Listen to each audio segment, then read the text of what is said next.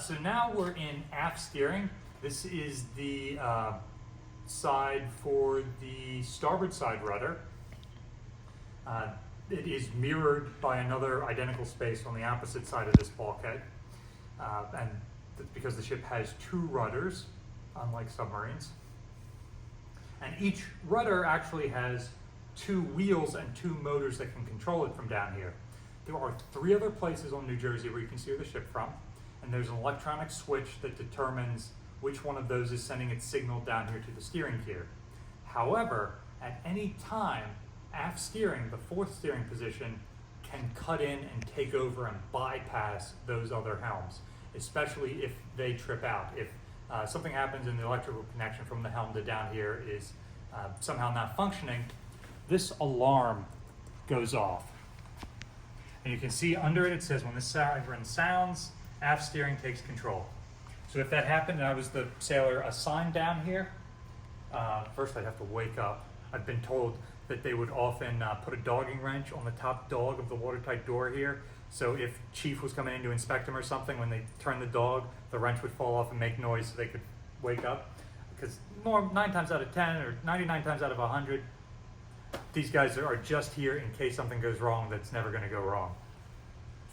But let's say that siren does go off and I wake up.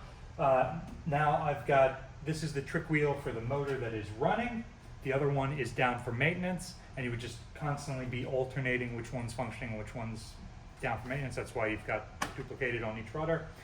So all I have to do to take over is move that into place. When it's out of place, the wheel spins freely. When it's in place,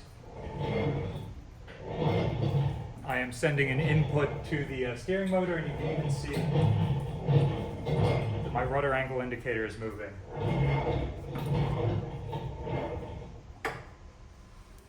So now we're in the after part of aft steering, and this is the rudder post where the rudder penetrates through the hull into the interior of the ship here.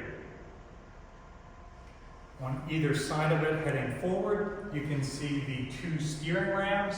These are hydraulic rams, so the motors in the opposite compartment that are controlled by that trick wheel are pushing hydraulic fluid into the ram on one side and sucking out of the ram on the other side, and that's what's acting on this rudder post to make it turn. It can turn 35 degrees. It's canted something like 2 degrees inwards with the opposite rudder. And you don't really want to take it all the way to 35 or it tends to get jammed. So usually you'd only take it to about 33 degrees in either direction. That's cool because at each of the wheels you've got a rudder angle indicator.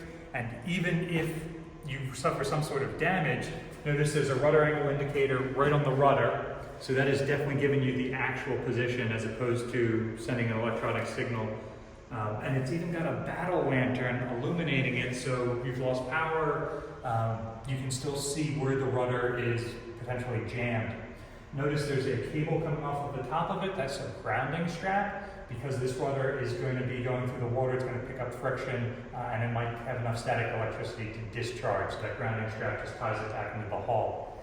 And you notice this arm right here coming off the top is what is hooked on to the electronic rudder angle indicator that then transmits to the various steering positions throughout the ship.